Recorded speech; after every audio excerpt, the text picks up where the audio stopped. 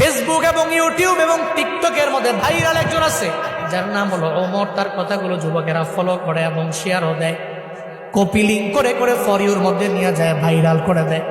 আমি গতকালকে তার একটা ভিডিও দেখলাম, তার মায়ের মানে সে কেমন এটা আমি জানি না, তবে এই ভিডিও দেখার পরে আমি দেখলাম যে মা পাগল ছেলেটা চোখের পানি ফেলায়া মায়ের জন্য কান্দে।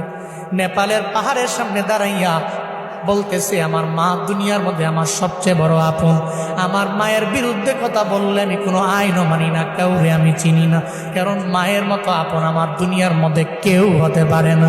সে বলতে লাগলো, যখন আমার বাবা নাই, আমার মা ছাড়াই পৃথিবীতে আমার আপন যখন কেউ নাই, আমার মায়ের গার্মেন্টসে চাকরি করে করে করে করে কোনো রকম জিন্দেগি চালাইয়া আমারে ফালায়া যায় নাই, বরং পরিশ্রম করে করে আমার মা স্কুলের মধ্যে আমারে পড়াইলো। আজকে আমি অনেক মশহুর হয়ে গেলাম, প্রসিদ্ধ হয়ে গেলাম, সবাই আমারে চিনে, তবে আমি মায়েরে ভুলতে পারি না। নেপালের পাহাড়ের সামনে দাঁড়াইয়া বলতে লাগলো, মা জীবনে কোনোদিন আপনারে আই লাভ ইউ মা বলা হয় নাই, আমি আপনারে ভালোবাসি, আমি আপনারে পছন্দ করি, এটা বলা হয় নাই। ওমর নামক ওই ছেলেটা বলতে লাগলো, এরপরে আমার আপন আমার নানি, যদি জীবনে কোনোদিন একটা হেরিয়ার গাড়ি আমি কিনতে পারি, আমার মায়েরে ওঠামো, আমার নানিরে ওঠামো।